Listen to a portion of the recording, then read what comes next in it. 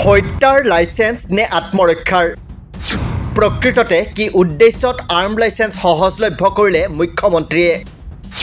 কংগ্ৰেছ নেতা ভূপেন বৰাই ফাদিল কৰিলে মুখ্যমন্ত্ৰীৰ উদ্দেশ্য সাম্প্ৰদায়িক বিভাজনৰ ৰাজনীতি উচতনি দিয়াৰ বাবেই এই সিদ্ধান্ত এক নাভূত নাশ্ৰুত সিদ্ধান্ত আত্মৰক্ষাৰ বাবে চৰকাৰে খিলঞ্জীয়াক দিব আৰ্ম লাইসেন্স মুখ্যমন্ত্ৰী হিমন্ত বিশ্ব শৰ্মাই কেবিনেটত অনুমোদন জনাইছে এই নতুন আঁচনিৰ এতিয়া অৰুণোদয় লাখপতি বাইদেউ এই আঁচনিবোৰৰ হিতাধিকাৰীৰ দৰে মাৰণাস্ত্ৰৰ হিতাধিকাৰীৰ সৃষ্টি কৰিব বিচাৰিছে চৰকাৰে আত্মৰক্ষাৰ নামত চৰকাৰে লোৱা এই সিদ্ধান্তক লৈ ৰাজ্যৰ সচেতন মহল হতভম্ব পুৰণি বিভীষিকাময় পৰিৱেশৰ মাজলৈ ৰাজ্যখনক লৈ যাব বিচাৰিছে নেকি মুখ্যমন্ত্ৰী হিমন্ত বিশ্ব শৰ্মাই প্ৰদেশ কংগ্ৰেছৰ সদ্য প্ৰাক্তন সভাপতি ভূপেন বৰাই উদঙালে মুখ্যমন্ত্ৰীৰ এই সিদ্ধান্তৰ আঁৰত লুকাই থকা কুটিল ৰাজনীতি ভূপেন বৰাৰ মতে কেৱল সাম্প্ৰদায়িক বিভাজনৰ ৰাজনীতি উচতনি দিয়াৰ বাবেই কেবিনেটত লোৱা হৈছে এই হঠকাৰী সিদ্ধান্ত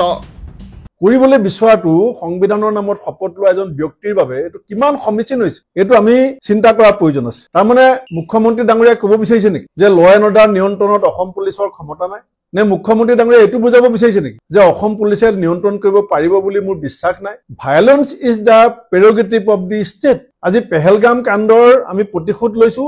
এটো আমাৰ চৰকাৰৰ প্ৰেৰগেটিভ কালিলে কোনোবা আইন বিৰুদ্ধ কাম কৰিছে তেওঁ শাস্তি দিয়া কোনোবা ৰাষ্ট্ৰপতিয়ে ফাঁচি দিব পাৰে উল্লেখযোগ্য যে বৰ্তমান ৰাজ্যত নিবনুৱাৰ সংখ্যা প্ৰায় 26 লাখ পাইছেগৈ বছৰি 1 লাখ চাকৰি দিয়াৰ প্ৰতিশ্ৰুতি দিয়া চৰকাৰখনে 4 বছৰ অতিক্ৰম কৰাৰ পাছত মাত্ৰ 1 লাখ সংস্থাপন দিবলৈ সক্ষম হৈছে তাকো নতুন পদ সৃষ্টিৰ বিপৰীতে কেৱল খালি থকা পদতহে নিযুক্তি দি বাহবা ল'ব খুজিছে চৰকাৰে এনে প্ৰেক্ষাপটত সংস্থাপনৰ পৰিৱৰ্তে বন্দুক হাতত তুলি দি প্ৰকৃততে মুখ্যমন্ত্ৰী হিমন্ত বিশ্ব শৰ্মাই ৰাজ্যখনক কোন দিশে লৈ যাব বিচাৰিছে তাক লৈ উত্থাপন হৈছে প্ৰশ্নৰ বৃহস্পতিবাৰে এক সংবাদমেল দি ভূপেন বৰাই কয় অসমৰ ৰাইজে বন্দুক বিচৰা নাই সংস্থাপন বিচাৰিছে আমি কোনো আপোনাৰ পৰা বন্দুক বিচৰা নাই কোনো মানুহে আপোনাক মানে বন্দুক যাক লাগে তেওঁ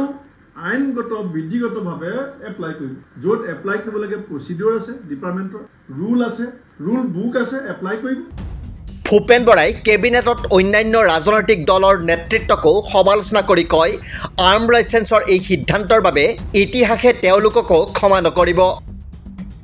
মৰণাস্ত্ৰৰ ক্ষেত্ৰত পূৰ্বৰ নিয়মকে বাহাল ৰাখি কেবিনেটৰ সিদ্ধান্ত বাতিল কৰাৰ দাবী জনালে ভূপেন বৰাই লগত জড়িত জ্যেষ্ঠ ব্যক্তি আছে মই তেওঁলোকক কম যে অদূৰদৰ্শী এই সিদ্ধান্তই কিন্তু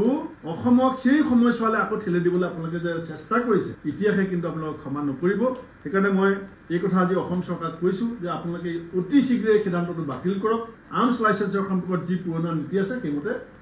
অসমত চলি থাকিব লাগিব আনহাতে গৌৰৱ গগৈৰ পাকিস্তান লিংক প্ৰসংগৰে মুখ্যমন্ত্ৰীয়ে ৰাজ্যৰ মূল ইস্যু ডাইভাৰ্ট কৰিব বিচাৰিছে বুলি অভিযোগ কৰে ভূপেন বৰাই গুৱাহাটীৰ স্মাৰ্ট চিটিৰ স্বৰূপ উদঙাই দিয়া বুলিও কটাক্ষ কৰে তেওঁ পাহৰাবলৈ বিচাৰিছে কিন্তু মানুহে নাপাহৰে এই কথাবিলাক আমি উলিয়াম ৰাজ্যৰ মাজত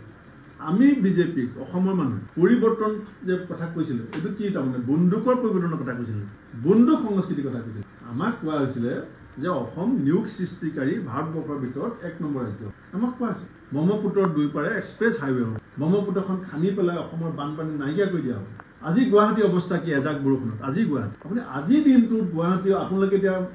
আহিছে ইয়াত সংবাদ সংগ্ৰহ কৰিব কাৰণে চবেই আপোনালোকৰ লং পেণ্ট পুচাই আহিছে যোনে মটৰচাইকেলত আহিছে যোনে গাড়ীত আহিছে আপোনাৰ মনত টেনশ্যন আছিল যে ক'ত মোৰ গাড়ী ষ্টাৰ্ট বনাই যাব আৰু আমি কি বুলি কওঁ স্মাৰ্ট চিটি আনহাতে গৌৰৱ গগৈ প্ৰসংগত ভূপেন বৰাই কয় SITৰ মুখপাত্ৰ হৈ পৰিছে মুখ্যমন্ত্ৰী বিগত 2 মাহৰ পৰা মুখ্যমন্ত্ৰীয়ে এনে এক পৰিৱেশ সৃষ্টি কৰিছে যে ৰাজ্যত গৌৰৱ গগৈৰ বাহিৰে আন কোনো ইছ্যু নাই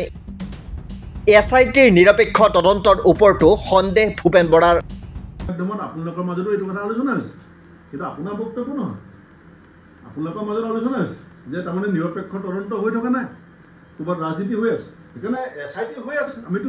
গৌৰৱ গগৈ ডাঙৰীয়া নিজে কৈছে গৌৰৱ গগৈ ডাঙৰীয়া নিজে কৈছে যিহেতু SIT দিছে সেইটোৰ ওপৰত এছআইটিয়ে যি ক'ব আমি চবেই দেখিম, চবেই শুনিম, তাৰপিছত আমি কি কৰিব লাগে আমি দল হিচাপে কৰিম। সেইটো আপুনি এছআইটিক দি দিলে, আপুনি এতিয়া এছআইটি মুখপাত্ৰ আপুনি কেলৈ হৈছে? You are not spokesperson of SIT. SIT will speak for them, বা you are becoming spokesperson for SIT. আনহাতে সংবাদমেলত মুখ্যমন্ত্ৰীয়ে সংবাদ মাধ্যমৰ ওপৰত খৰ্গহস্ত হোৱাক লৈও প্ৰতিক্ৰিয়া ব্যক্ত কৰে ভূপেন বৰাই। মুখ্যমন্ত্ৰীয়ে সংবাদ মাধ্যমৰ স্বয়ম্ভূ অভিভাৱক হ'ব নালাগে বুলিও মন্তব্য কৰে তেওঁ।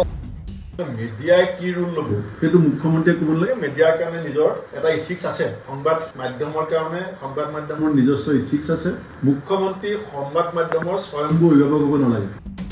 মুঠতে বুধবাৰে কেবিনেটত লোৱা আৰ্মছ লাইচেন্সৰ সিদ্ধান্তক লৈ ৰাজ্যজুৰি হৈছে চোকা সমালোচনা। পিছে চৰকাৰে দল সংগঠনৰ সমালোচনাক কিমান গুৰুত্ব দিয়ে সেয়া সময়েহে ক'ব। নিউজ ডেস্ক ৰিপৰ্ট, দি ক্ৰছ কাৰেণ্ট।